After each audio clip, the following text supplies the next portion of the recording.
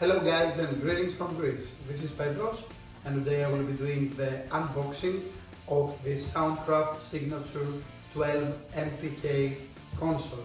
There are not many things to show in this unboxing. It's just a box with a console and a power cable. So I will start by saying why I chose to go back to a console and leave my audio interfaces behind. The first reason for going back to the console is rehearsals, is the times when I want to jam and I don't want to have to turn on my PC, my Mac or whatever and go in, changing, putting effects and opening these software consoles and trying to put which reverb do I need and everything.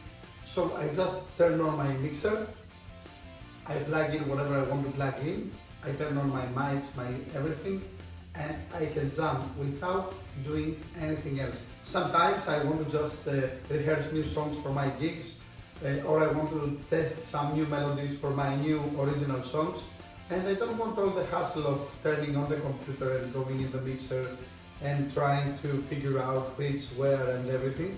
So I just turn on my mixer, I put the effects that I want, I make my EQ from here, and I don't want to do anything else. And I start playing, and that's it. This is the first and one of the most basic reasons that I bought a console over an audio interface again.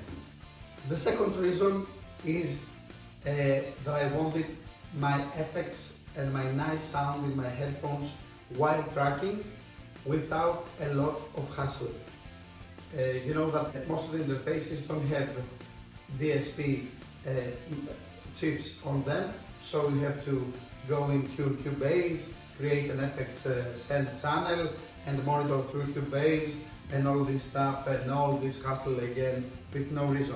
But with the Soundcraft Signature MTK 12, you can just turn on your console, you can apply all the settings that you want, which channel goes where and everything on Cubase, and listen to whatever sound you want through the EQ, through the onboard reverb, without tracking this EQ and this reverb, but just tracking the simple signal after the gain knob, which is very, very important for me.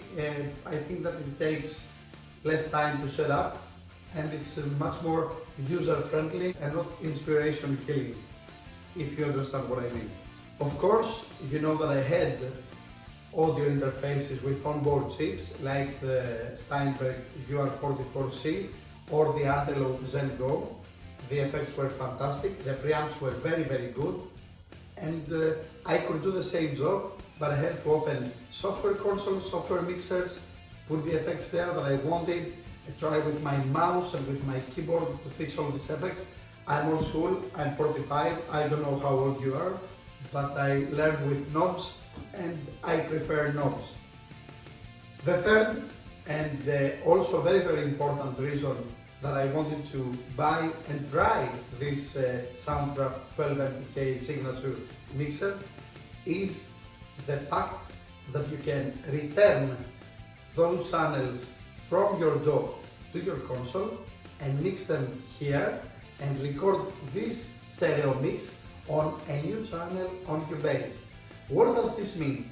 That means that you can have your digital world, you can have all the luxury and the easiness of applying effects to an already tracked material on Cubase, but also have the warmth and the simplicity of an analog console to put effects on your songs, on your tracks, and to mix them.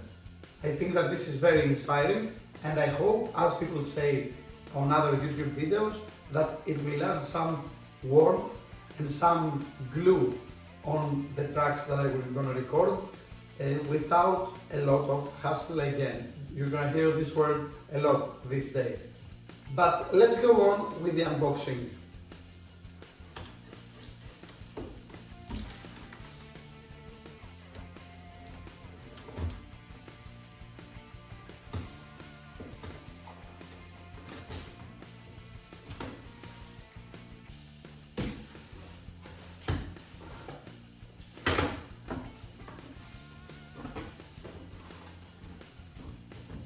You got a simple power cable.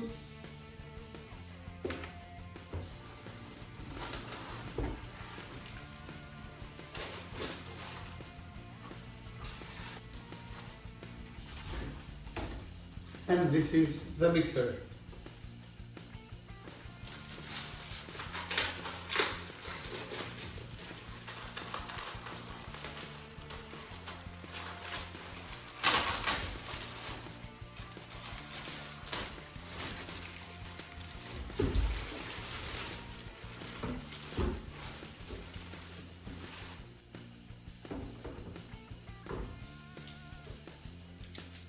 The mixer looks very sturdy. I like the feel of the potentiometers here, and the buttons seem okay. I like very much the feel of the knobs. It seems like a well-assembled product. It's not so much heavy. Anyway, I'm not gonna move it around, I'm not gonna use it for live gigs. I'm gonna use it only for recording from my home studio. The USB. So what I was telling you about is the simple fact that whatever enters here, it goes to the gain knob and directly to your DAW. Whatever you do down here does not affect the signal that goes in your DAW. So you can have whatever sound you want on your headphones while you track, whichever effect, whatever EQ, whatever you can do it, even bad. But the signal that goes in your DAW, if you gain stage right, then it's a healthy and nice signal. This was something that was very important to me because I like more the simplicity, as I said in the beginning, the simplicity of the knobs. I don't want to take a lot of time. I want to use my mouse while tracking, at least. I want to use my mouse and my keyboard as less as I can. And this was very important to me. I've seen many videos on YouTube, and the way that I think that I'm gonna use this mixer is I will put a multi-cable here, an 8-channel multi-cable here.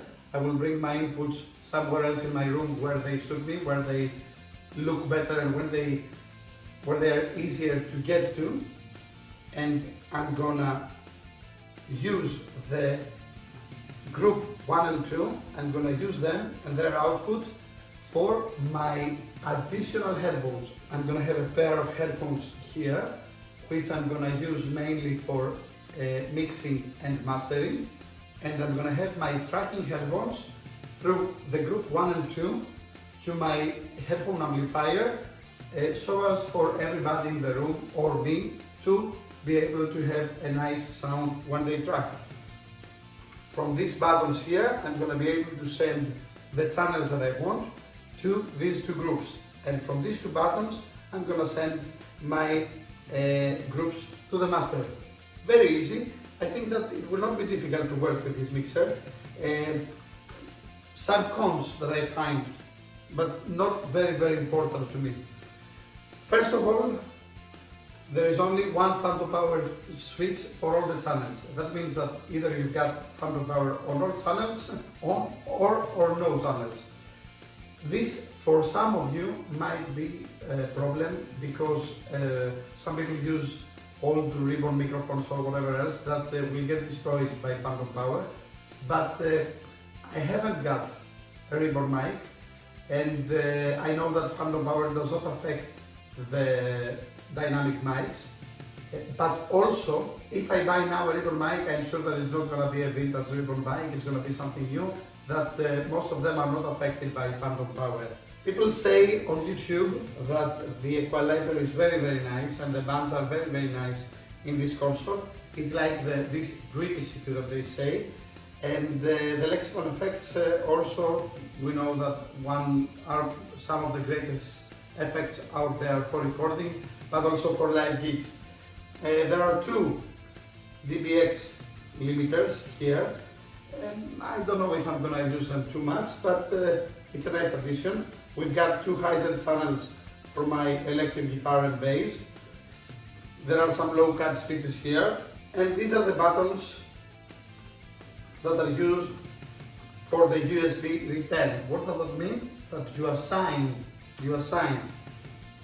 channels from here to your channels on Cubase, and you can send every one of your channels, every one of your tracks to a separate input here, and you can use the onboard EQ and effects to make a mix on your console. And I want to try this. This is one of the most important things that I want to try. It's something totally new for me.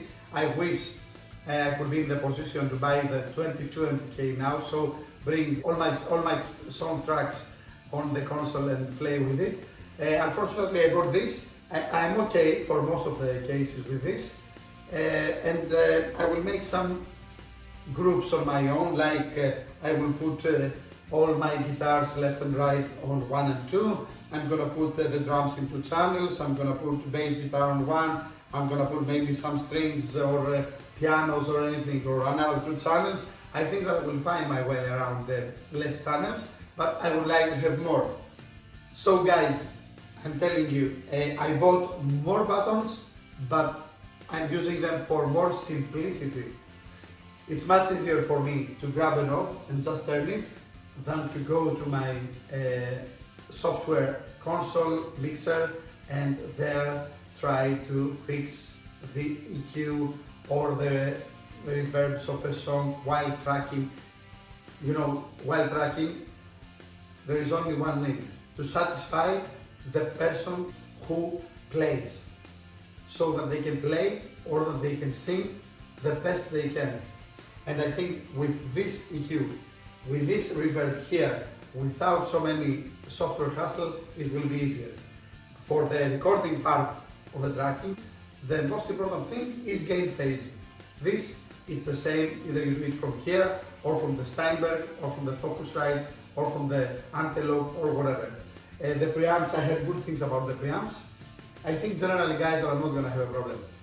Thank you very, very much for watching. This is only part 1 from the series of the Soundcraft MTK Signature 12. I'm gonna do more when I connect it to my Mac, and I'm gonna let you know, of course, later how I feel with using this mixer. My first opinion is that it looks very, very solid, very, very well constructed, and that I'm not gonna have any problems with it. But we will see. Thank you very much for watching. This is Petros, and please subscribe to my channel if you haven't done so yet. Greetings from Greece.